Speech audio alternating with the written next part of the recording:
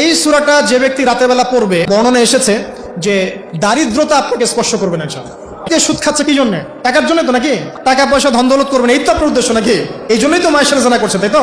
আল্লাহ বলছেন সূরা ওয়াকিয়া পড়েন, আপনার দারিদ্রতা দূর হয়ে যাবে ইনশাআল্লাহ। বিশ্বাস হচ্ছে না? রিজিক কার হাতে? না, রিজিক তো আমাদের হাতে। এটা মানুষ বিশ্বাস করে না আসলে, এটা মুখে বলে। মানুষ মুখে বলে রিজিক আল্লাহর হাতে।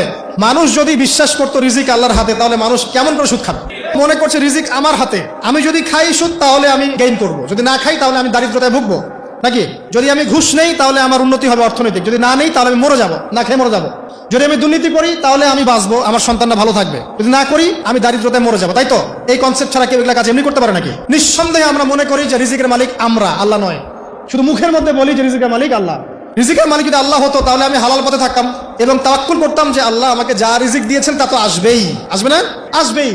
আপনাকে যদি আল্লাহ পাক লালমনিরহাটের 100 একর জায়গায় যত ধান হয়, এতগুলো ধান যদি আপনার আমল নামায় লেখা থাকে, মানে আপনার আমল নামা হচ্ছে রিজিকে, তাকদিরে, আপনার তাকদিরে যদি লেখা থাকে যে আপনি 100 একর জমির ধান খাবেন তারপর মরবেন, আছে না লেখা? আচ্ছা, একটা দানা কম বেশি হবে? আপনি যদি আল্লাহর প্রতি তাওয়াক্কুলই করেন তাহলে আপনি হালাল পথে থাকবেন, বিশ্বাস করবেন যে আল্লাহ পাক যেটা লিখে রাখছে আমার তাকদিরে রিজিক, এর একটা দানা রেখেও আমি পৃথিবী থেকে যাব না, সিম্পল। তখন আপনার অন্য পথে যাওয়ার কোনো কারণ নাই। আর যখন আপনি বিশ্বাস করবেন না, না এটা আমার হাতে, আমি যত পরিশ্রম করব তত রিজিক বাড়বে, আমি যত ঘুষ নিব তত বাড়বে, রিজিকের এই পুরো দায়িত্বটা আল্লাহ পাক আপনার হাতে ছেড়ে দিবেন। আল্লাহ পাক আপনাকে কোনো বারাকা দিবেন না। ইয়ামহাকুল্লাহু রিবা ওয়া ইউরবিস সাদাকা। সদকা করলে সম্পদ বৃদ্ধি পায়, আর রিবার মধ্য দিয়ে সম্পদ ধ্বংস হয়ে যায়, একদম মাটিতে মিশে যায়। অনেক গভীরে চলে আসছি, আসেন আবার রাতে চলে আসি। রাতটা কিভাবে এনজয় করতে হয় এটাই আমাদের আজকের লেকচারের টপিক। মানে আমরা কিন্তু জীবনটাকে অনেক বোর মনে করছি না?